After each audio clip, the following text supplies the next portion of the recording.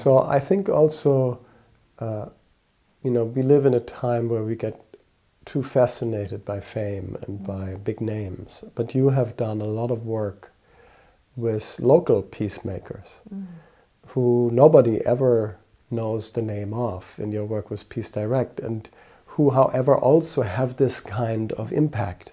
Yeah. Tell us a little bit about that aspect of your work, the local heroes. Local heroes, yeah. Thank you for mentioning that, because it's very dear to my heart. And it was in the early years of this century that, having worked with nuclear weapons decision makers sort of at the top end of the pile, I got so interested in what was happening at the grassroots, because I observed that locally led initiatives were becoming so effective that they were using money more cost effectively to save lives than any other method of resolving conflict.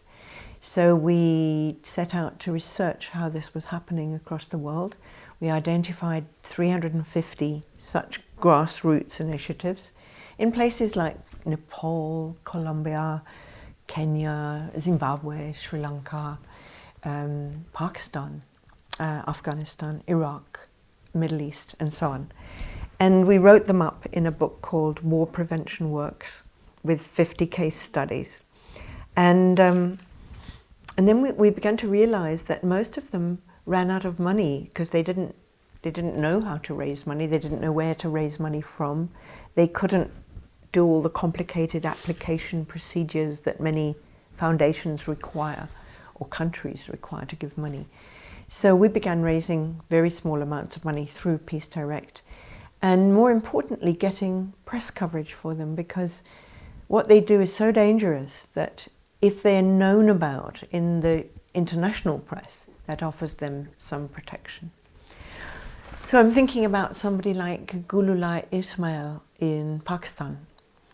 When she was 16, she started an organization called Aware Girls to enable young women to go to school in northwestern Pakistan, where the Taliban, as you know, think that's a very bad idea. And her colleague, Malala Yousafzai, was the one who got shot in the head for doing exactly that work. And Gululai is completely fearless. I've never come across anybody quite like that. I say to her, look, Gululai, doing this work, I'll tell you what she does now. What she does now is she goes into the madrasas, where young men, some of them are being trained to be jihadis.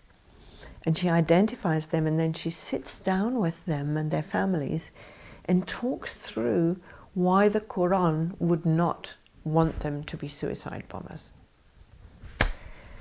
And I say, but you know, you're taking your life in your hands doing this. And she says, well, yeah. And I said, do you get death threats? And she said, yeah, every day. And I said, are you scared? No. And that's it. That's all she says.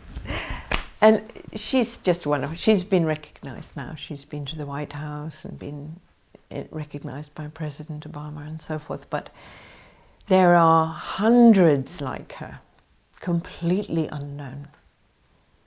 And feats of courage that just make you humble.